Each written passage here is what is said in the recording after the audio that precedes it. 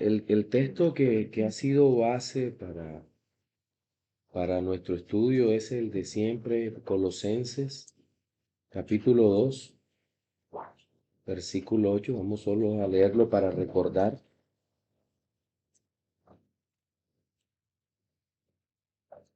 Dice, mirad que nadie os engañe por medio de filosofías y huecas sutilezas, según las tradiciones de los hombres, conforme a los rudimentos del mundo y no según Cristo, porque en él habita corporalmente toda la plenitud de la deidad, y vosotros estáis completos en él, que es la cabeza de todo principado y potestad.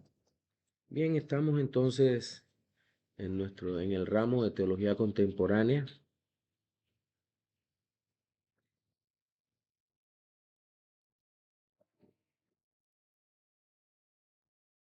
Vamos a ver si llegamos directo donde quedamos. Estamos ya en la unidad de la crítica de las formas, crítica de las fuentes y crítica de la redacción.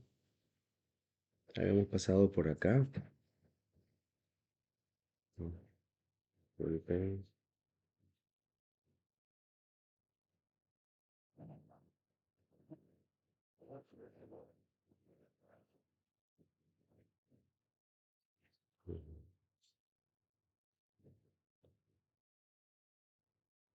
Llegamos a...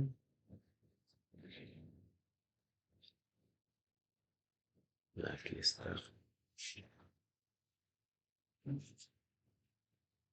Vamos hoy a hablar entonces sobre los presupuestos básicos de la crítica de las formas. Creo que quedamos por ahí, ¿verdad? Vamos a iniciar los presupuestos básicos de la crítica de las formas. Entonces, la historia o crítica de las formas, podemos decir que es un término único, usual para designar la metodología histórica literaria compleja que a partir de una conexión que han llamado o han denominado postulada a priori entre formas o unidades literarias y su contexto sociocultural, con otras palabras, como la literatura está relacionada directamente con el ambiente social en el que se produce, intenta deducir consecuencias sobre la historia de la evolución de una forma literaria concreta y del contenido expresado en la misma. Así entendido, el método de la historia de las formas es literario, pero también es histórico. Eh, Creo que conjuntamente tiene los dos elementos. Es un método tanto de estudio literario que se ocupa de mirar gramática, origen y demás, pero también el contexto en el que se desenvuelve, en que se desenvuelve.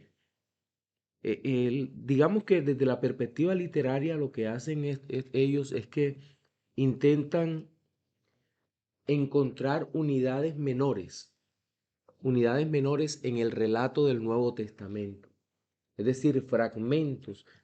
Recordamos que en la hipótesis documentaria que se ocupa del Antiguo Testamento, el caballo de batalla de ellos, lo que usan es tratar de encontrar documentos de uno u otro origen yahúístico, eloístico, que ya hemos visto que no existen porque se ha rebatido y tampoco la arqueología ha encontrado con él, porque es simplemente la parte de una inventiva.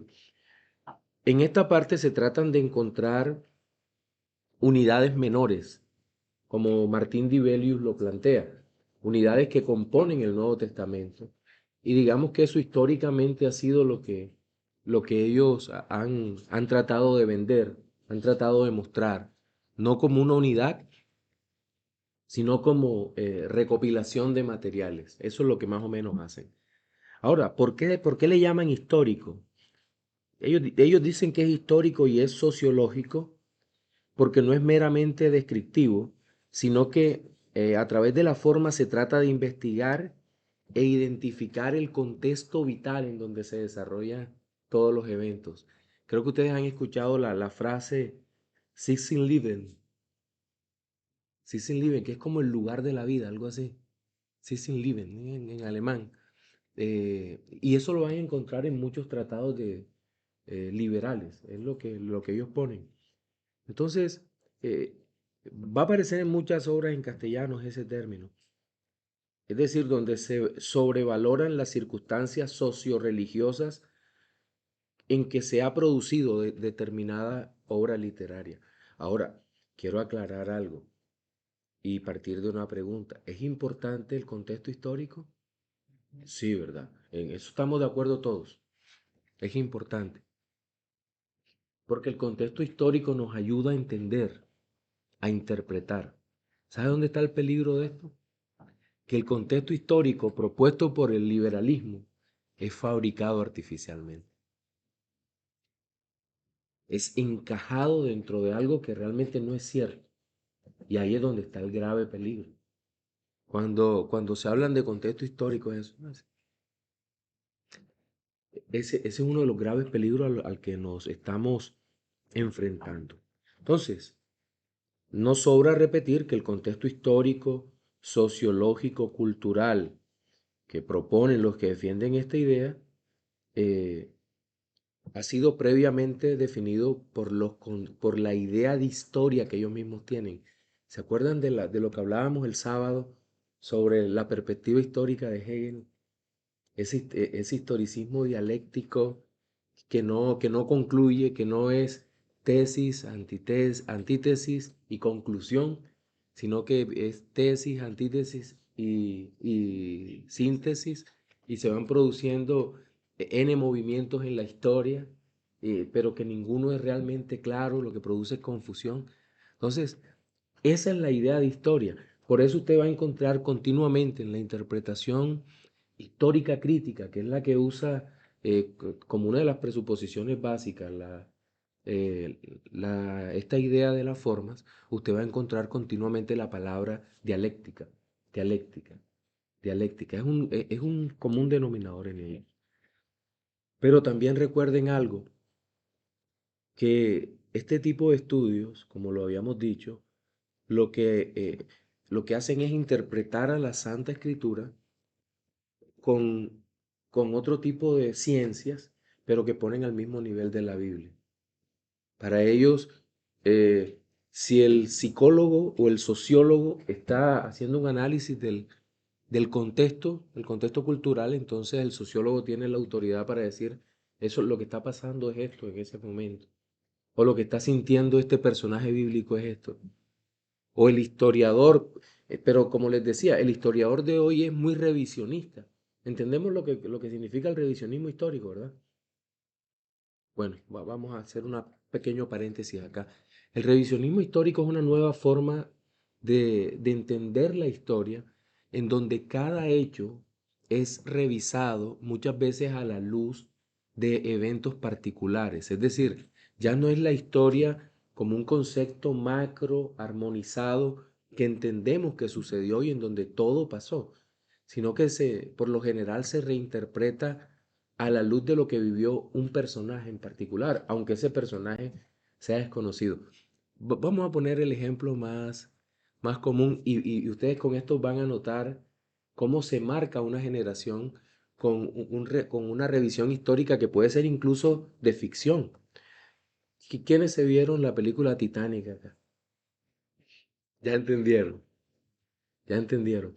El guionista interpreta, él dice, es una novela, interpreta la historia a través de los ojos de una persona que pudo o no ser real, la señora que aparece al final, interpretada magistralmente por Kate Winslet, ¿cierto?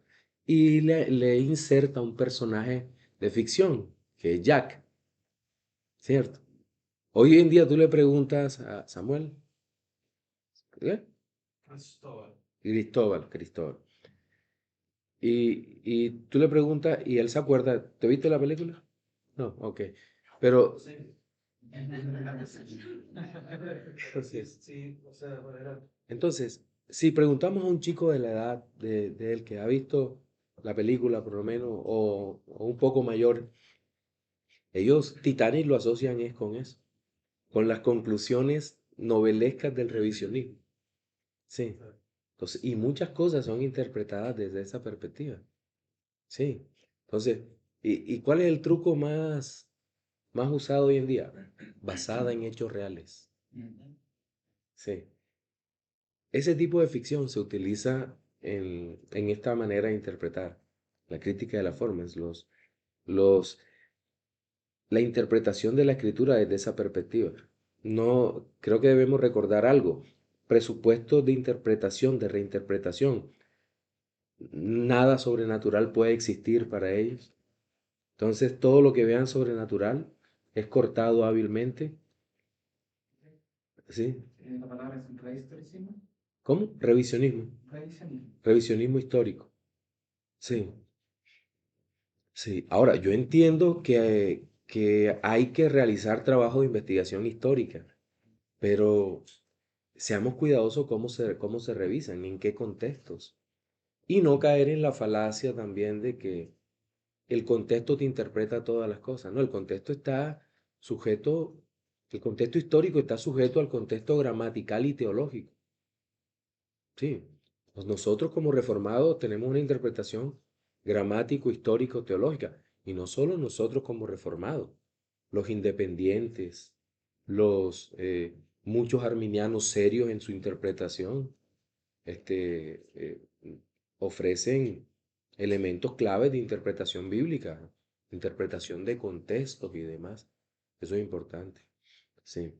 Permítanme citar de nuevo partes del trabajo de Harvey Cohen en su libro Teología Contemporánea, en donde nos presenta los presupuestos de este movimiento humanista contemporáneo.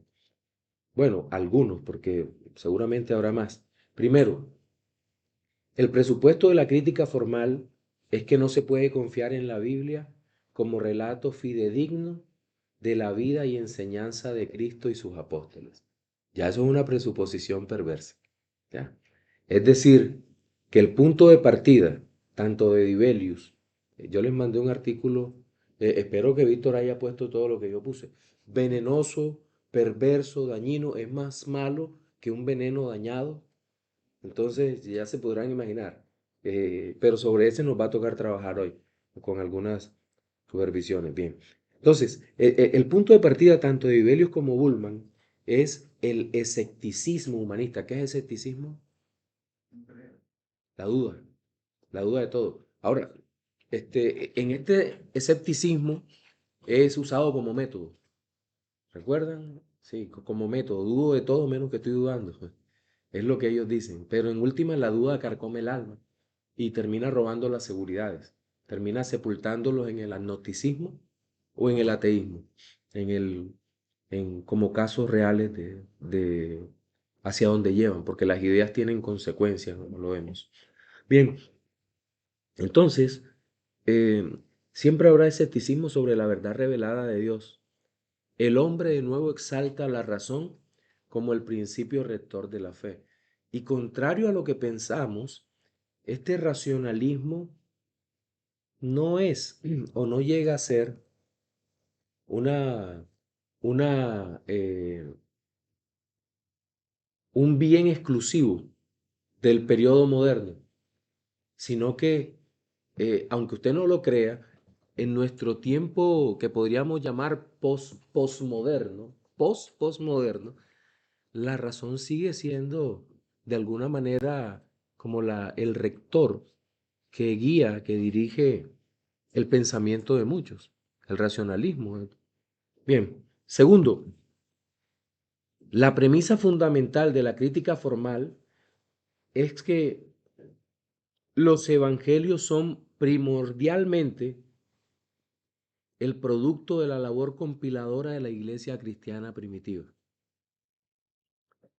Los autores de los evangelios trataron de unir varias tradiciones orales independientes y contradictorias, según ellos, que existían en la iglesia antes de que se escribiera el Nuevo Testamento. Estas tradiciones orales tampoco son por sí mismas totalmente dignas de confianza, dicen ellos.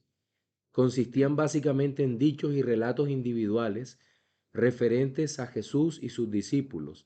La iglesia los utilizó y juntó en forma narrativa, inventando lugares, tiempos y enlaces para unir las tradiciones independientes. Yo creo que se alcanza a ver Bueno, el trabajo que hizo Harvey Cohen es fantástico porque yo creo que alcanza a desnudar realmente la intención destructiva de este tipo de pensadores. Profesor, Pastor, perdón, decía, los evangelios serían producto de la labor compilatoria de la iglesia primitiva. Ahora, yo creo que aquí nos toca hacer una serie de cuestionamientos a ese postulado que hoy en día en los seminarios sigue haciendo temblar a muchos cristianos, que no están cimentados en la palabra del Señor, en la Escritura. Por ejemplo, nosotros teníamos que preguntar,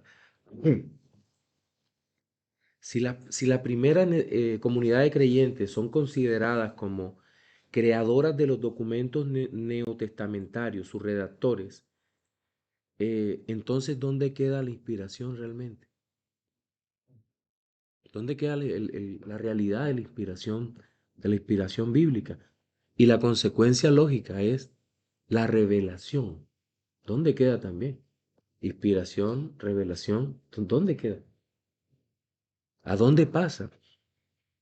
Entonces, el teólogo liberal, el teólogo que trata de tomar esto, lo que dice es, si la comunidad primitiva construyó esto, lo debió construir de acuerdo a sus necesidades. Es decir, que existió la teología antes de llevar el relato escrito al texto, pero peor aún, después de la muerte de los apóstoles, la iglesia tendría la capacidad para construir un texto tan perfecto como el Nuevo Testamento. Sí, siendo que fue escrito por hombres no inspirados según los liberales. Una pregunta que nosotros necesitamos hacer a los escritores liberales y a los neoliberales. ¿Estás seguro? Y creo que esa es una de las razones por las cuales se idealiza de mala manera a la iglesia primitiva. Yo creo que hay una buena manera de idealizar a la iglesia primitiva. Es decir, que la iglesia primitiva a las claras era una iglesia imperfecta, como nosotros hoy en el siglo XXI, pero tenían a los apóstoles allí, ¿cierto? Claro, nosotros los tenemos aquí. La tradición apostólica, es decir, el canon, tenemos acá. Pero la iglesia primitiva, en el mal sentido, no era una iglesia perfecta. Si no, no tendríamos primera y segunda a los Corintios, ni la carta a los Gálatas, ni la carta a los Romanos, mucho menos Hebreos, la comunidad judía eh, con todo esto. Entonces, sí, no tendríamos las cartas ninguna. Entonces, em, no podemos pensar que la iglesia espontáneamente corrigió los errores, sino que realmente el que escribía, sea Pablo, sea Pedro, sea Juan, tenía que tener la autoridad divina para solucionar el problema que se estaba presentando en una comunidad determinada, sin lugar a dudas. Tenía que tener la autoridad de parte de Dios de escribir, excomulguen a ese perverso y después acepten a ese hermano. o como dice Pablo, esto no lo dijo el Señor, lo digo yo, en 1 Corintios 7.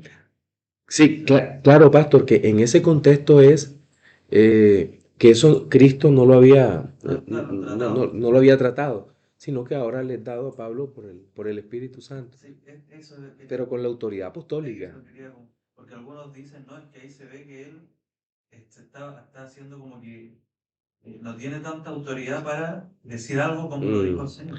O el Señor le faltó. Pero en sí, realidad recuerda lo que dice usted, el Espíritu Santo lo inspiró para que también él para que tratara ese tema. tratara ese tema. Claro, porque el Señor, miren, el Señor mismo, como para que no nos quede en duda, el Señor mismo dijo, existen varias cosas que ustedes no pueden sobrellevar.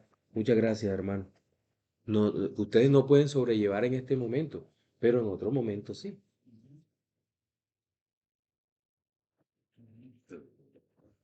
Pensé que me habían olvidado, ¿verdad que sí? Pero sí, Pastor.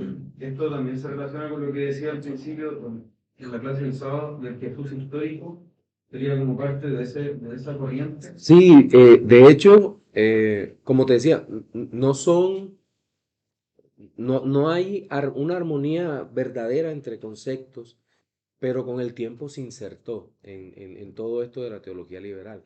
Pero los presupuestos son los mismos o parten de lo mismo. Esto no puede ser así porque lo sobrenatural no existe. Claro, y será el punto de partida para este tipo de personas de la búsqueda del Jesús histórico, que ya creo que va en la cuarta fase. Ya va en la cuarta fase, en donde hay unos autores que dan risa en esa cuarta fase porque dice, tenemos que entrar a considerar los milagros del Jesús histórico. ¿Qué descubrimiento? Resulta que los evangélicos hemos estado desde que existimos en esto y ahora es que la erudición se va a dar cuenta de que no puede dejar por fuera el tema del milagro. Sí, lo que pasa es que tienen una lucha con el concepto de milagro, que es preguntar qué es un milagro. Es una lucha terrible que tiene la erudición liberal frente a eso. ¿Por qué? Porque como no entienden lo que es sobrenatural, entonces se sientan a elucubrar qué significa el milagro. Mm. Preguntaba, perdón, porque para relacionar bien, aquí corresponde la crítica de la forma. Porque, he escuchado, por ejemplo, que se dice la comunidad primitiva reflexionó tanto en la bondad de Jesús que terminó exaltando mucho sus virtudes y así generó como la deidad de Cristo. No, y Bullman habla del mito ahí, en esa parte también. Entonces, pero es una visión terriblemente impía sobre la persona de Cristo. Porque uno dice comunidad primitiva, ¿y a qué se refiere la comunidad primitiva? O sea, es la pregunta. Tú dices comunidad primitiva y uno mira justamente el contexto histórico de ellos, que dicen comunidad primitiva, pero ustedes mismos no están diciendo que la comunidad primitiva eran una cantidad de hombres ignorantes, que no conocían, que no tenían letras. Entonces, ¿cómo pudieron generar un texto como este?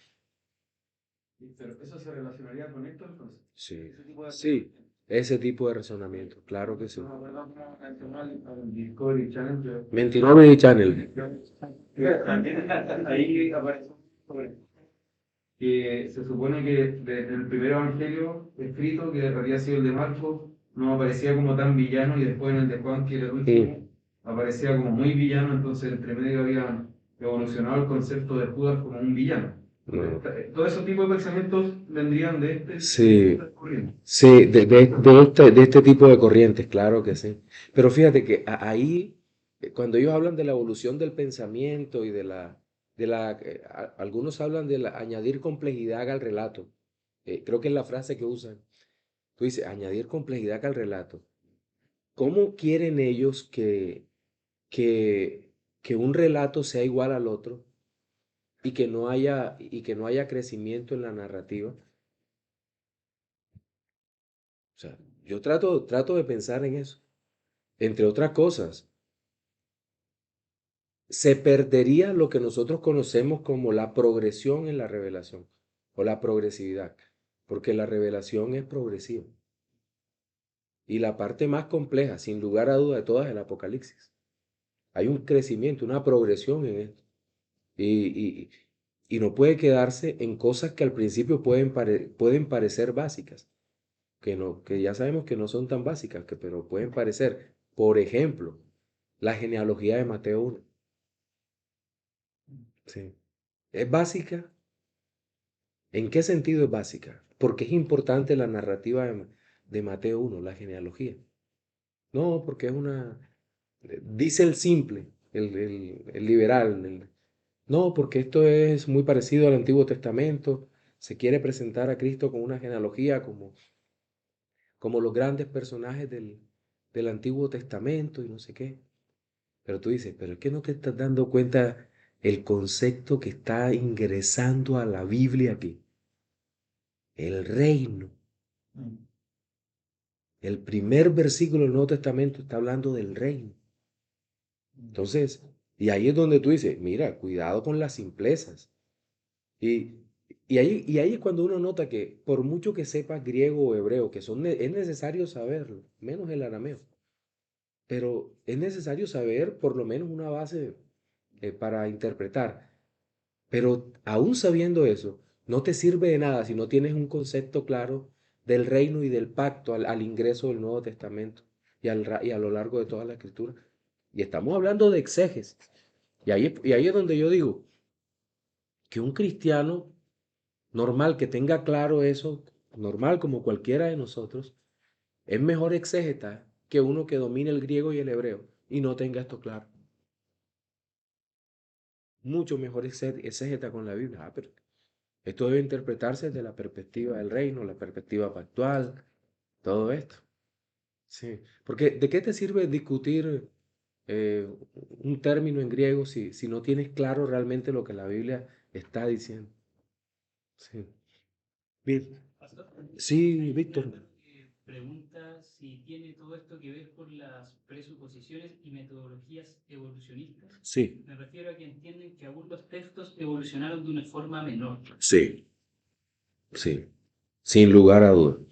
Claro, porque es que acuérdate que es que esto aparece en la época cuando hay esta eh, revolución cultural, por decirlo de alguna manera, o ilustrada, en donde aparece la evolución, aparecen las nuevas formas de entender el lenguaje, aparece los conceptos sociológicos, en fin, y hay un afán, eh, digamos que se toma fuerza más el humanismo.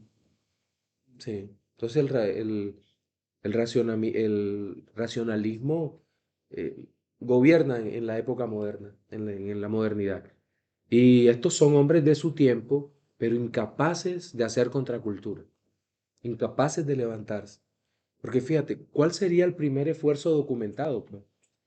El primer gran esfuerzo, hubo otros, pero el primer gran esfuerzo documentado de detener todos estos movimientos, el fundamentalismo en el siglo pasado, en la última parte de la década de los 20, primera parte de la década de los 30, J. Gresham Machen y todo eso. Sí, sí. Entonces, como verá, como buen observador, la forma de acercarse a la palabra de Dios eh, la forma como nos acerquemos a la palabra de Dios nos va a permitir tener una visión correcta. Todos tenemos presuposiciones cuando nos acercamos a la palabra de Dios. Todos. ¿Cierto? No hay uno solo que diga, no, es que yo no, yo voy como una tabula rasa. Yo no. Usted tiene presuposición. El que diga yo voy como una tabula rasa, esa es su presuposición. Entonces no hay escapatoria de esto. Bien, un tercer aspecto es que el propósito de todo, del método de crítica formal es analizar la historia de la tradición oral subyacente en los evangelios escritos. Los evangelios nos sirven solo como materia prima de nuestro estudio para hallar el evangelio previo a los evangelios. Como la premisa es que la iglesia primitiva ha organizado de forma artificial, de acuerdo con sus propios propósitos apologéticos y evangelísticos, los materiales de los evangelios, en un relato armónico, el crítico formal debe destruir lo que él llama la armonía artificial, tratar de descubrir las formas originales, lo que Ibelio llamaba la, la literatura personal, la literatura menor. Fíjate que cómo habla de esto. Literatura menor que no es la literatura mayor hecha por escritores verdaderos. Él los ataca durísimo al hombre inspirado por Dios.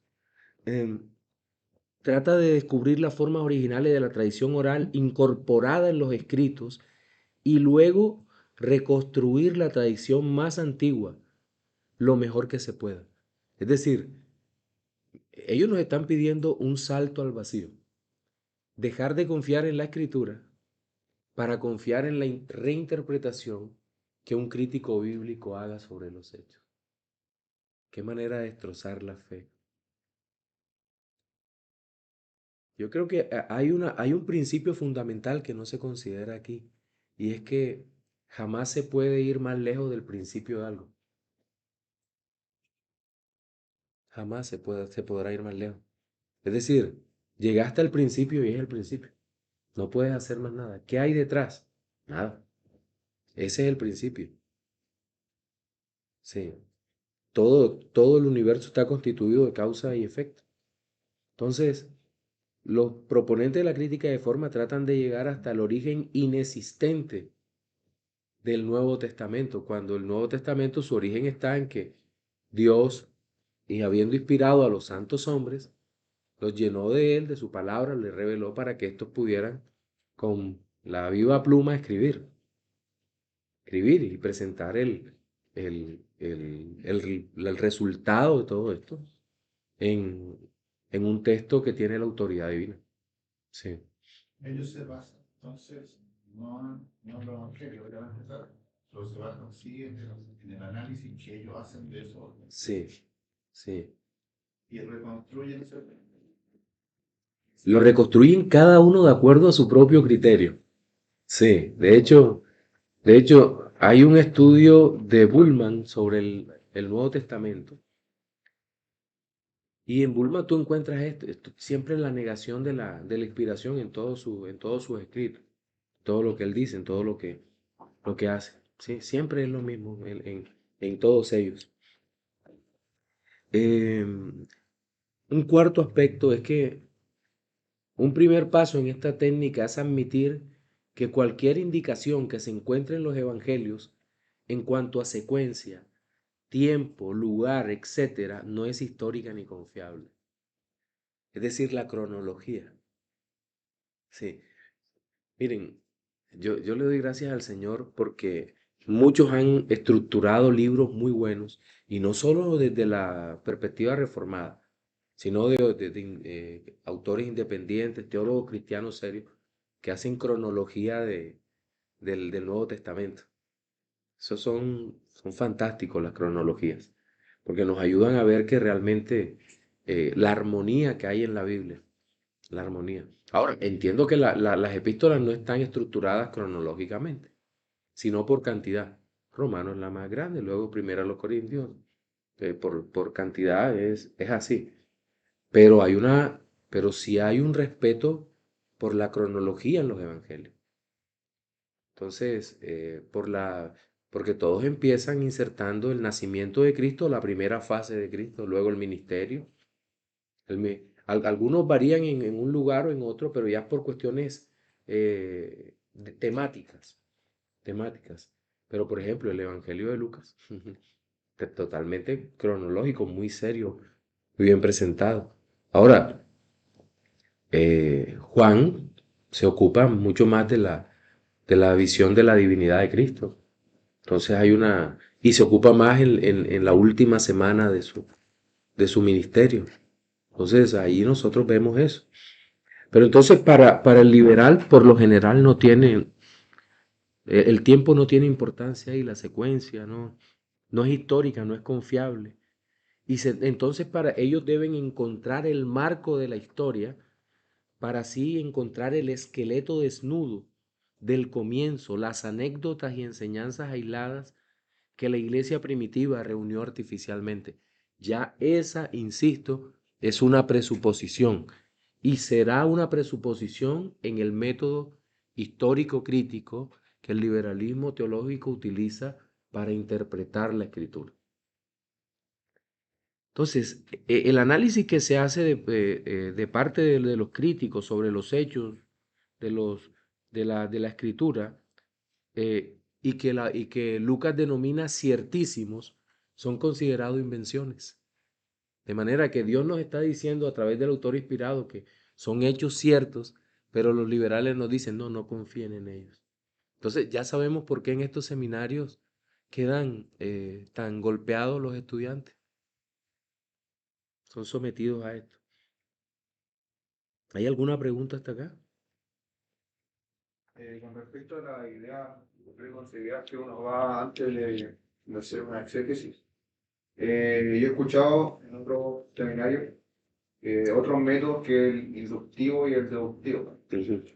Si uno de ellos dice que uno no se dirige al texto sin una idea preconcebida, pero ahora escucho que no es posible eso, siempre uno va a tener una idea Ajá. preconcebida. Ahora, ¿cómo saber cuál es la correcta o cómo reformar mi idea preconcebida para ir de una buena forma al texto? Nosotros partimos del supuesto que el que va a interpretar es cristiano. Ese es el primer punto.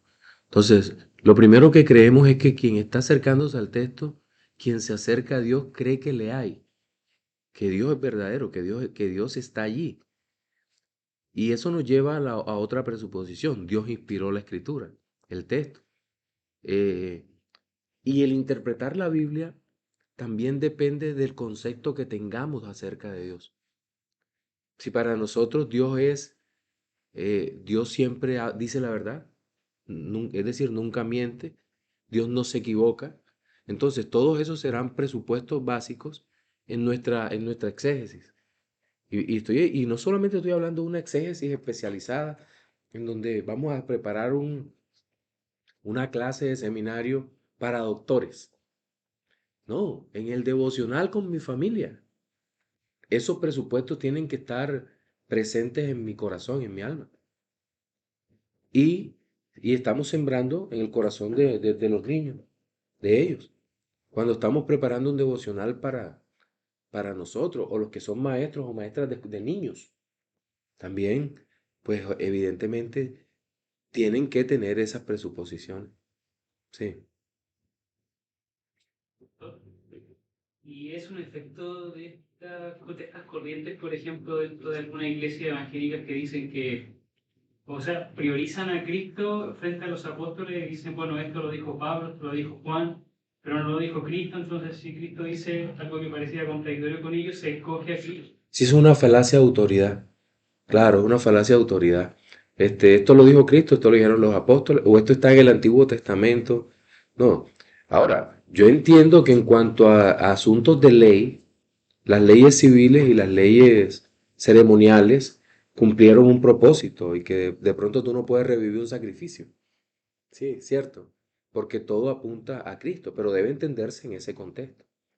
Pero tratar de decir esto tiene menos autoridad que esto, no podría, porque la Biblia es palabra de Dios de Génesis a Apocalipsis, y ahí no podrías hacer nada frente a esa realidad. Entonces, eso es una falacia de autoridad que muchas veces se usa. Pero, de hecho, la falacia de autoridad más común es cuando nos empiezan a decir, no es que el Nuevo Testamento tiene 23 versículos que no son inspirados. Entonces te ponen a dudar. Y ahí, no, pero es que este texto, no, mira, y ahí es donde ya tú empiezas a decir, bueno, hay otra falacia de autoridad, y lo digo en nombre propio, MacArthur utiliza, y es cuando dice, no, no prediques del Antiguo Testamento, lo dice en la predicación expositiva. No utilices el Antiguo Testamento, sino solo como ilustración de lo que estás predicando el Nuevo Testamento. Esa falacia de autoridad se produce cuando tienes una visión hiperdispensacionalista de la Escritura. Sí, sí, porque no podemos meter a todos los dispensacionalistas en el mismo saco, en el mismo maletín, ¿no? En la misma mochila, como dicen acá. No podemos hacer lo mismo. Pero miren, y todo esto son consecuencias menores de la influencia liberal en la exégesis muchas veces. Hay un hermano que el pastor Oduber está trabajando en un postulado exegético bien reformado, bien serio, junto con el hermano, bueno, cada uno en su área, pero el hermano Cristian Cárdenas también. Están trabajando exegéticamente temas muy serios y yo creo que eso nos viene bien aquí en nuestro contexto en donde hay menos materiales para trabajar en español, ¿verdad? Sí, tenemos menos acceso. A mí me cuesta mucho leer en inglés, me cuesta mucho trabajo, para leer más fácil, pero hay más materiales en inglés, obviamente. Pero creo que necesitamos eso. Pero esto nos ayuda como a hacer una especie de purga, se dice así también, una especie que saque todos los pensamientos que tenemos a veces sobre estos temas. Y bueno, Una consulta a un hermano Zoom que sí. dice respecto a la supuesta división del Jesús histórico y el Jesús de la fe, ¿esto guarda relación con lo que promueve el señor Antonio Piñero? No, que yo sepa, Antonio no es, él es bautista reformado, creo. O sea, no creo, no le he escuchado a Antonio nada. Ahora, no estoy de acuerdo con Antonio. Si es el mismo, no es ese Antonio. Este no sé. El otro es Bautista Reformado. No, perdón. Este Antonio Piñero no sé quién es. Si quiere el hermano que amplíe la pregunta, ¿qué es lo que propone? ¿Qué es lo que propone este señor? Claro que sí. Entonces ahí esperamos que él vaya llegando mientras vamos siguiendo con la clase. Entonces, una vez hecho esto, los pasajes específicos se clasifican en grupos tales como relatos de milagros, dichos controvertidos, apotegmas, profecías. Y cada uno de estos grupos tiene una forma fija. Así pues, si uno encuentra cierta tradición específica más o menos semejante a esta forma fija, se puede juzgar si pertenece a una tradición primaria o una tradición secundaria, a una fuente temprana o tardía, a una tradición más o menos confiable. Son una serie de clasificaciones terribles. Tomás de Elías, en un texto clásico, creo que casi todos los conocemos, que se llama El Nuevo Testamento, su mensaje y su trasfondo. Sí, sí lo recordamos, un libro grande, azul, es un clásico. Hoy en día se ha avanzado bastante, pero a mí me gusta cómo define de Elías estos conceptos. Él comenta esta presuposición de la siguiente manera, esto que acaba de expresar acá, dice, los relatos y dichos de Jesús aparecieron primero, según los liberales, en pequeñas unidades independientes. La única excepción a este principio estaba en la sección de la pasión, a la que muchos de las críticas de la forma consideraban una unidad independiente desde el principio. Los eruditos llaman perícopa a una unidad o sección individual del relato del Evangelio. De hecho, autores conservadores ya utilizan esa palabra, perícopa, una sección para referirse. Y en los libros aparecen así, de tal manera que no necesariamente el que diga la perícopa que aparece en Mateo capítulo 2 o en este canto, necesariamente no es liberal, sino que tal vez algún autor serio lo tomó, porque muchos autores serios estudiaron en seminarios liberales, pero salieron corriendo. Por ejemplo, el doctor José Grau, que fue muy serio, o el doctor Hermann Ridderbos, muy serios, citan a muchos autores liberales, pero ellos no fueron permeados por ese pensamiento. Vuelvo acá a las notas. En otras palabras, la gramática del relato, que es una unidad continua, tal y como se conoce, se hace añicos, pues se depende por enteros de las clasificaciones de algunos eruditos, lo que ellos han hecho previamente sobre el texto sagrado. Entonces, mire esto. De los teólogos liberales, o para los teólogos liberales, los relatos y dichos de Jesús asumieron formas o estructuras normales que aparecen en los evangelios, aunque también se reconoce que entre autores nunca están de acuerdo sobre cuáles y cuántas son estas formas. Bullman reconoce 4. Primero, el apotegma. Para Bullman, ¿qué era el apotegma? Un relato breve que finalizaba con un dicho de Jesús. Por ejemplo, Marcos capítulo 2, versículos 15 al 17. Segundo, el relato de milagros. Tercero, la leyenda, un relato que magnifica la grandeza de Jesús. El ejemplo que pone Bullman es Lucas 2, 41:52. Le llama a ese relato leyenda. Cuarto, el dicho dominical, es decir, una enseñanza de Jesús que no finaliza en una enseñanza o declaración medular única. Por ejemplo, Marcos 4 del 3 al 20.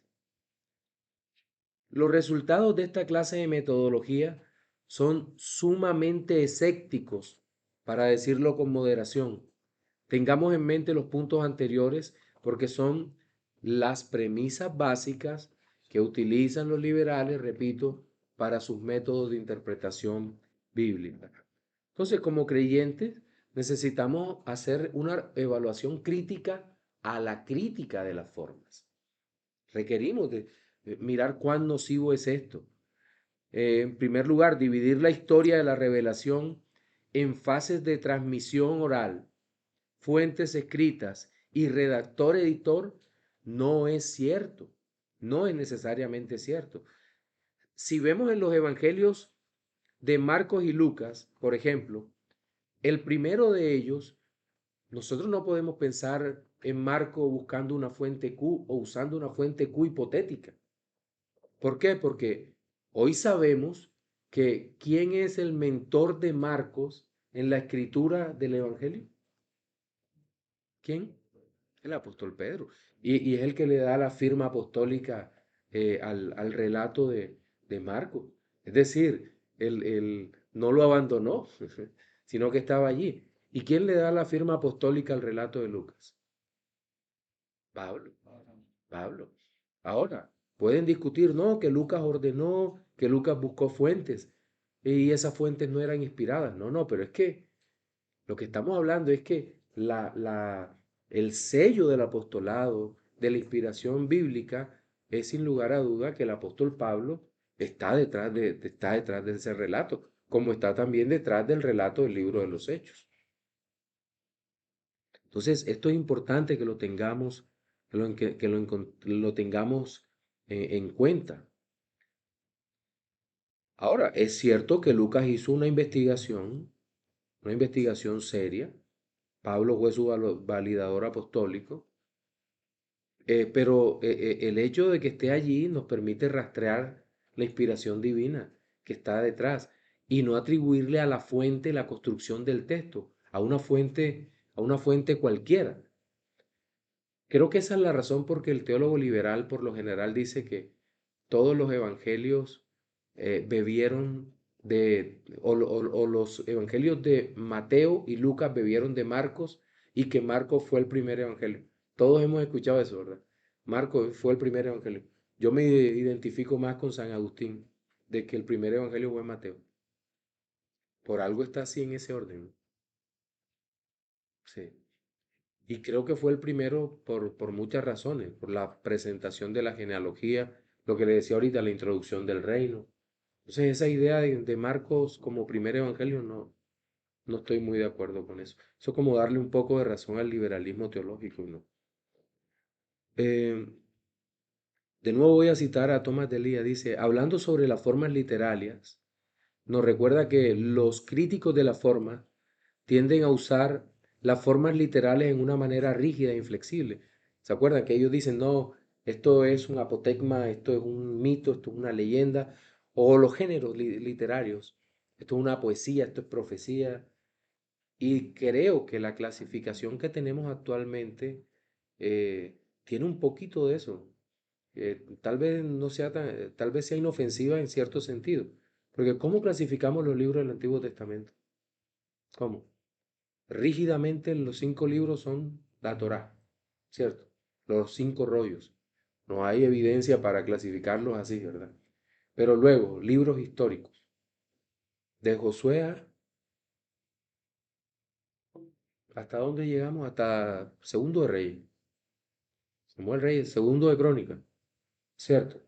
Entonces, luego, libros sapienciales, libros de sabiduría, proféticos. Sí, más o menos. Y a veces volvemos a esas clasificaciones fijas. Pero la pregunta es, ¿los salmos tienen profecía? Cualquier cantidad. ¿Josué fue o no fue profeta? Claro. Abraham fue profeta. Y está en un libro de la ley. En la ley no hay relatos históricos. En los relatos históricos no hay ley. En los relatos históricos no hay poesía. Entonces, no, eso es un libro histórico. Bueno, de pronto nos sirve para hacer mnemotecnia. Esto va aquí como unos cajones mentales, una biblioteca mental, guardamos todo ahí. Y lo vamos recordando. Pero no, eso no es del todo preciso. No es del todo preciso. Entonces debemos cuidarnos de todo eso, porque los autores de la Biblia tenían la tendencia a hacer mezclas libres de un estilo con otro. Por ejemplo, en el Nuevo Testamento viene el relato y de pronto María sale cantando el Magnificat, una poesía, ¿cierto? Una poesía hermosa. Y tú dices, wow, qué hermosa poesía aquí. Entonces, el relato del Evangelio es un relato histórico. Sí, amén. Pero tiene poesía. Ahí está. Entonces, eh, ahora, ¿los evangelios tienen relatos proféticos? Claro, mezclas libres. El crítico liberal se resiste a aceptar desde cualquier perspectiva esos cambios que ocurren dentro del evangelio, dentro de la escritura. No, no puede ser, eso tiene que ser una unidad menor que el autor añadió y que alguien hizo. Es un relato distinto. ¿Por qué? ¿Cuál es la razón para creer eso? Como si no hubiese unidad en el relato. Nosotros para entender un poco los liberales lo que ellos piensan acerca de la escritura, que al seccionarla en varias partes, como que ellas dicen de que el escritor hizo como un collage de todos los de los historiadores, acerca de los escritores, que escribe esto, y al final hace como un collage. Sí. Y ese es el documento en general. Pero lo que nosotros creemos que la Biblia, o sea, por ejemplo, cada libro, por ejemplo, el libro de Mateo es una Una unidad. unidad, Sí. se puede distintas como poéticamente, Sí. históricamente, proféticamente. Claro, y es ahí donde nosotros vemos que Dios usó a sus siervos y que algunos usan la expresión respetó el estilo, pero si Dios mismo creó el estilo, más bien Dios usó el estilo de cada uno, porque Él lo crió y los hizo como quiso y lo plasmó así. Aunque los que son expertos en griego, por ejemplo, critican el griego de Segunda de Pedro, que es un griego que es mucho más vasto, menos trabajado que Primera de Pedro y no sé qué, y que tal vez por eso no es el mismo. No, no, ahí hay una unidad. Pero más que eso, la Biblia es una unidad. Sí, no solo las unidades completas de los textos, sino que la Biblia es una unidad. Y eso creo que es importante que lo consideremos. Víctor, el hermano no ha hablado, ¿no? Y no, No. Ok. Pues hay que decir de que el principal problema de los liberales es que ellos principalmente critican la inspiración de Dios. O sea, ellos prácticamente no serían cristianos. Claro, es que, La inspiración. claro, es que Machen decía, y me voy a adelantar, Machen decía que aquí no se trata de la lucha entre dos visiones del cristianismo, sino la lucha entre el cristianismo y una visión mundana que trata de decir que es creyente. Sí, son dos religiones totalmente distintas. Como alguna vez me decía el doctor Sam Waldron, una vez que estábamos hablando y le preguntaba, ¿qué piensas de esto? Y él terminó diciéndome, para mí ellos son filósofos de la religión, pero no son creyentes, son filósofos. Y yo creo que sí, que por ahí es la cosa. Porque ¿cuál es la fuente de la cual empieza a beber, como habíamos visto el sábado, el liberalismo teológico? ¿De quién bebe? ¿De quién bebe más que todo? Del racionalismo, de Kant, incluso si vamos más atrás, Spinoza, y no solo Spinoza, Descartes, todos. Si vamos hacia atrás, vamos a ver esto muy marcado, esta forma de entender la escritura. Sí. Doctor, ¿hay algún registro de alguien que habrá celebrado una victoria algún liberal que haya celebrado una victoria al nosotros los protestantes rechazar libros que en la religión católica creían que eran inspirados por Dios? A ver si entendí la pregunta. O Creo sea, que sí. Ajá, cuando nosotros separamos, los protestantes dijeron que algunos libros no eran inspirados, ajá, sino que eran apócrifos. ajá. ¿No fue quizá una victoria para algunos liberales que quizás decían, no sé, porque el libro Sabiduría no era inspirado por Dios? No, porque es que el canon, estamos hablando de que desde la iglesia primitiva se tenía conciencia de cuál era el canon. Solo que ya en el siglo IV, obviamente, ya se hicieron tratados alrededor del canon. Porque recuerda algo, que tanto la teología como la interpretación bíblica, como todo esto, tiene la particularidad de que muchas veces es reaccionaria. Es decir, tal vez no había ningún tratado sobre canónica en el siglo segundo, o muy poco, porque no había habido discusión alrededor de eso. Pero cuando aparece la discusión, aparece algún creyente dando la cara y haciendo apologética de un punto específico. Entonces, el liberalismo teológico jamás sostuvo eso. Lo que sostuvieron fue que algún evangelio había salido un libro apócrifo. Pero eso es insostenible porque a la luz de la historia, los apócrifos, por lo menos del Nuevo Testamento, son muy posteriores a los escritos del primer siglo, los escritos inspirados de la escritura. Entonces, no. Hay un relato donde tiene una Mm. escuché acerca del relato de la muerte de Judas. Y por eso mismo dicen de que como que se sacan distintas historias y no es como 100% cierto como el relato aquí así fue. Porque uno dice que Judas se ahorcó, otro Que se reventó. que se reventó. Pero son relatos complementarios, lo sabemos. Seguramente cuando tira la cuerda, la amarra, se rompe la rama y cae y se abre, como los que hacen armonía los evangelios, desde la perspectiva conservadora lo dicen. Entonces, no hay contradicciones. De hecho, alguna vez leí que alguien había atacado duramente el relato de la resurrección. Porque ¿cuántos relatos hay de la resurrección? 4. Sí. Entonces, cada uno, cada evangelista presenta un relato desde la óptica donde él estaba. Juan estaba presente. Llegó con Pedro primero, mientras que Marcos toma el relato de lo que Pedro le dice y Lucas de lo que Pablo le enseña. Mientras que Mateo era un judío que recoge el relato de allá. Entonces, estamos hablando que el evento es el mismo evento, la misma verdad, pero relatada por cada uno de ellos. Es más, me gustó muchísimo algo que dijo un periodista colombiano, no es cristiano, se llama Juan Gozaín. Él fue director de noticias del canal RCN mucho tiempo, era de lo mejor. Y Juan Gozaín sale hablando del relato creo, de la última parte de Juan, donde está la resurrección, y dice, yo no tengo nada que decir, esto es una crónica. Dice, tiene todos los elementos, él no se pone a explicar el por qué, él relata lo que pasó.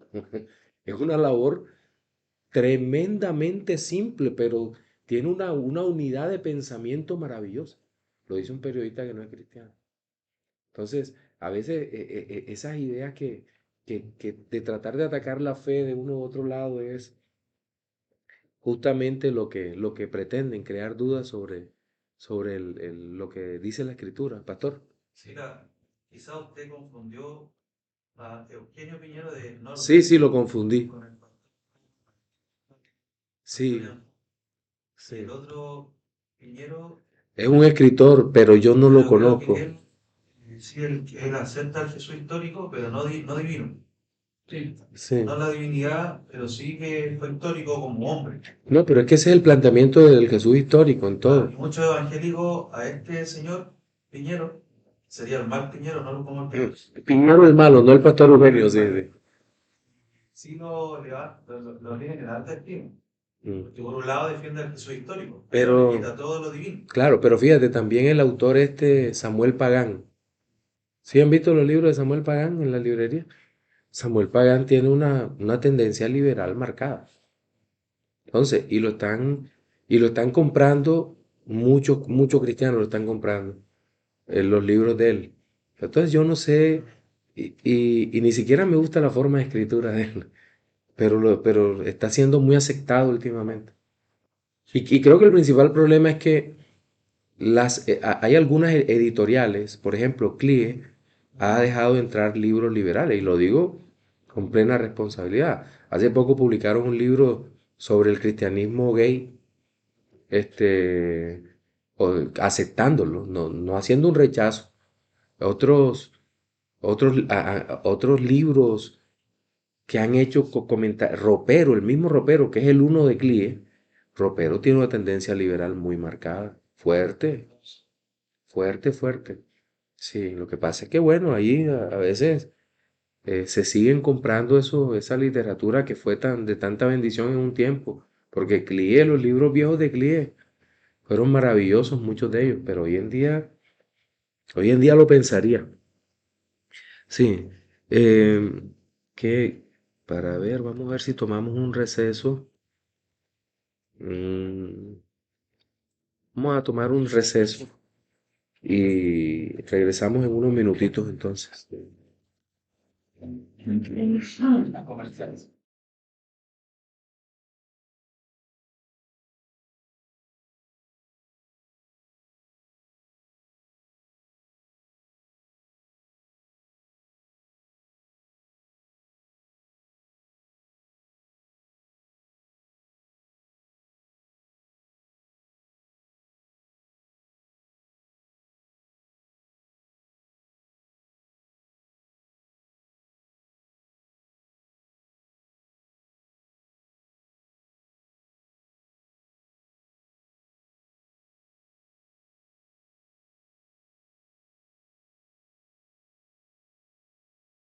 Bien,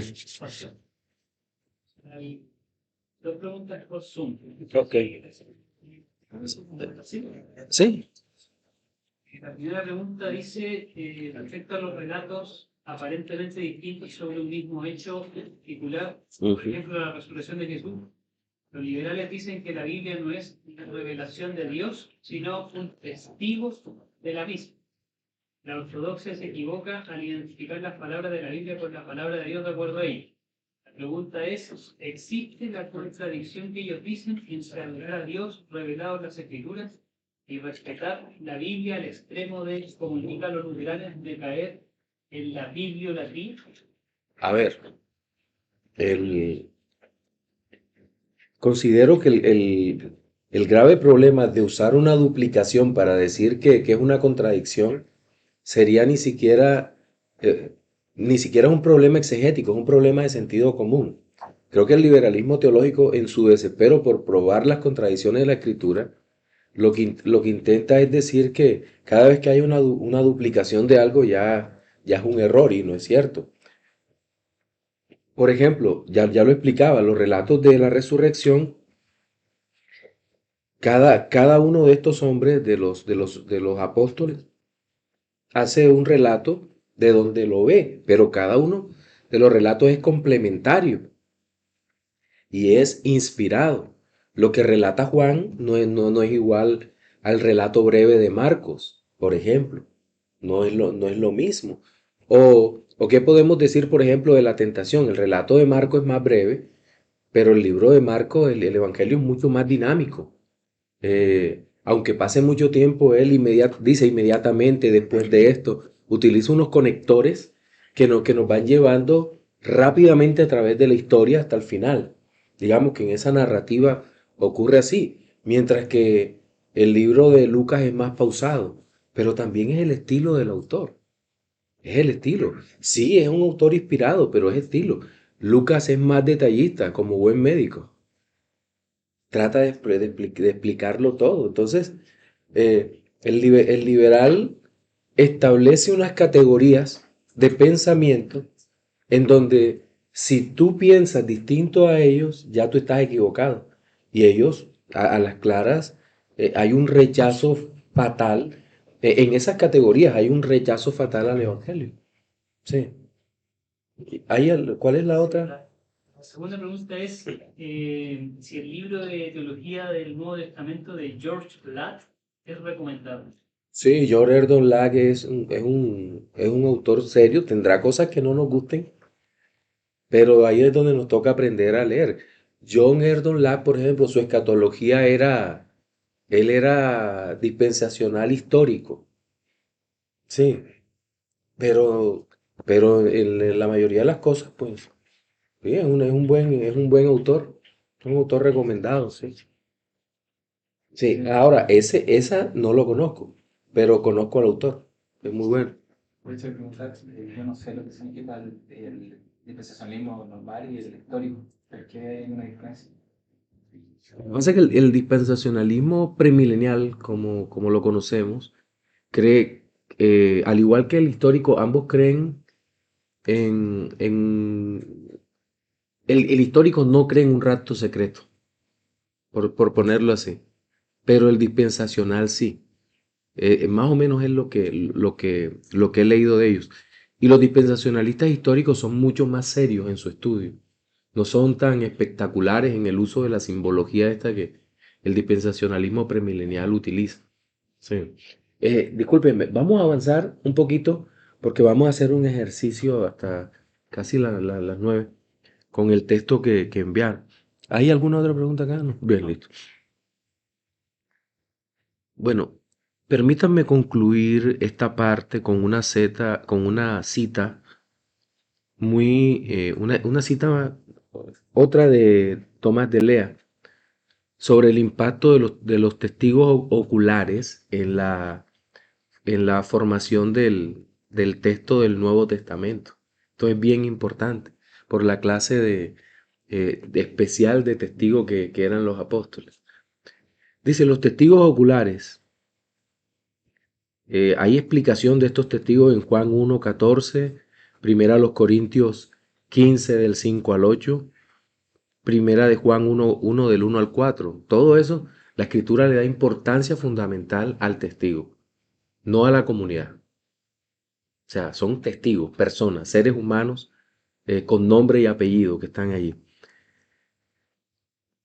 Si los materiales fueran creados de manera ficticia por una comunidad, diciendo algo contrario a lo que realmente había hecho el Señor, en la época de creación de los materiales, los testigos estaban vivos. ¿Cuándo muere el último apóstol? El último apóstol, ¿cuándo muere? 95 tal vez del primer siglo. Es decir, pensemos esto. El periodo de composición del Evangelio, usando la frase que ellos usan, sería 25 años después de la muerte y resurrección del Señor, más o menos. Entonces, hasta el año 95, ahí permanecieron los apóstoles vivos, empezaron a morir, muere Jacobo, Pablo muere en 65, 67 más o menos, no tenemos certeza exacta en el año de la muerte. En todo caso sería después de la muerte de Nerón en el 64 DC, ¿verdad? Van pasando el tiempo. Y el último, Juan. Si alguien decía una herejía allí sobre Cristo, inmediatamente lo rebatían. Prueba, primera de Juan. Eso es lapidario. Se levantan los gnósticos. No, que Cristo no, el Señor no vino en carne, que no sé qué. Todo el que diga que Cristo no vino en carne es un anticristo. Ya, lo combatió enseguida. Eso hacían. Cualquier herejía que se levantara, no que el docetismo, Pablo lo combatió en sus cartas. Los judaizantes fueron combatidos. No se podía permitir eso. No. Y luego de eso, aunque viene una época en donde y en eso sí estoy de acuerdo con Ropero. Hay un salto en la calidad, obviamente, de producción literaria, porque estamos hablando de un texto revelado e inspirado por Dios frente a los textos patrísticos. Hay una caída absoluta, eso no lo podemos negar. Pero los padres de la iglesia tampoco permitían que se generaran textos que no correspondían con la verdad. Entonces, todo eso hay que tenerlo en cuenta, la importancia de estos testigos oculares, los testigos de la obra de Cristo, de la resurrección de Cristo, hubieran sido exhortados. Ahora, hay un elemento común también alrededor de toda la predicación en el Nuevo Testamento, de todo lo que se plasma, de todo lo que se habla acerca de Cristo. Y es lo que C.H. Dodd define como el querigma. Sí hemos escuchado el querigma, ¿verdad? La proclamación. Querigma.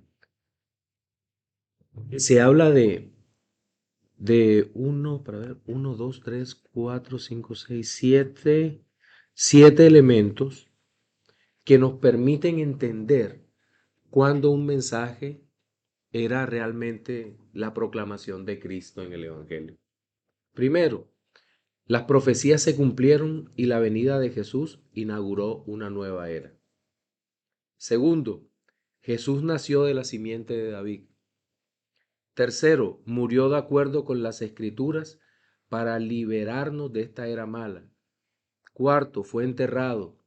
Quinto, resucitó al tercer día de acuerdo con las Escrituras. Sexto, fue exaltado a la diestra de Dios. Séptimo, volverá como juez y salvador de la humanidad. Estos elementos. También el fundamentalismo en los años 30 añadió o sacó 5 elementos que ahora no los tengo, pero que en donde incluye obviamente para, algo importante para nosotros, que es el nacimiento virginal. Pero entonces, el querigma, lo que vemos en la escritura, repitiéndose una y otra vez, son estos elementos que están aquí, que lo vemos y que nos permiten entender que cualquier escrito que se saliera de eso no era un escrito cierto. Y ahí es donde los liberales fallan porque tratan de buscar unidades menores que contradigan la realidad, pero no pueden hacerlo. Sí. Bien, hermanos, yo a ustedes les enviamos con Víctor un material para los que están en Zoom también. Ojalá puedan reunirse con los que estén más avanzados en el estudio. Entonces, eh, vamos a poner, como en el mundial, cabezas de grupo, ¿no? Pastor Esteban, Pastorales, Víctor, van a estar ustedes tres y quedarían grupos aquí de cuánto. ¿Cuántos son? 1, 2, 3, 4, 5, 6. De tres. Bueno, únanse en grupos de tres y ustedes a través de Zoom únanse también por grupos de tres. El documento que les enviamos es un documento venenoso, peligroso, pero ¿qué vamos a buscar allí? Primero, cómo Dibelius trata de rechazar la inspiración, la revelación, la inerrancia, cómo trata de destruir el autor bíblico. ¿Cómo lo trata de destruir? ¿Cómo menosprecia el tipo de literatura? Sí. Vamos a mirar esos aspectos. Ahí bien, usted lo va a buscar. Pero lo más importante es cómo rebatimos eso. Desde la escritura. ¿Cómo rebatimos eso?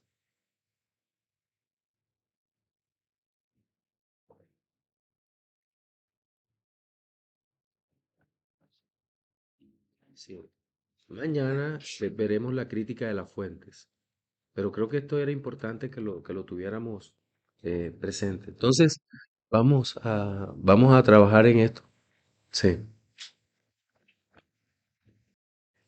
Vamos a hacer algo con el escrito que sé que es denso y me imagino por Zoom también. Que dicen los hermanos, que el miércoles lo primero que vamos a hacer es, vamos a dar las conclusiones el miércoles, también con los hermanos que están por Zoom.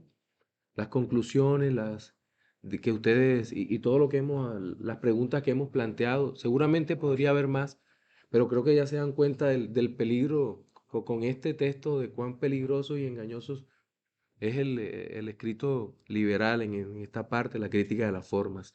Entonces el miércoles a las 7, la primera parte del tiempo vamos a usarlo para esto, tener las conclusiones ahí afinaditas, uno por grupo, para no demorarnos tanto.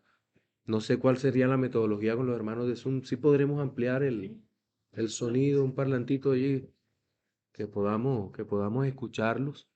Y bueno, eso es que seguiremos después con la crítica de las fuentes, con la crítica de las fuentes.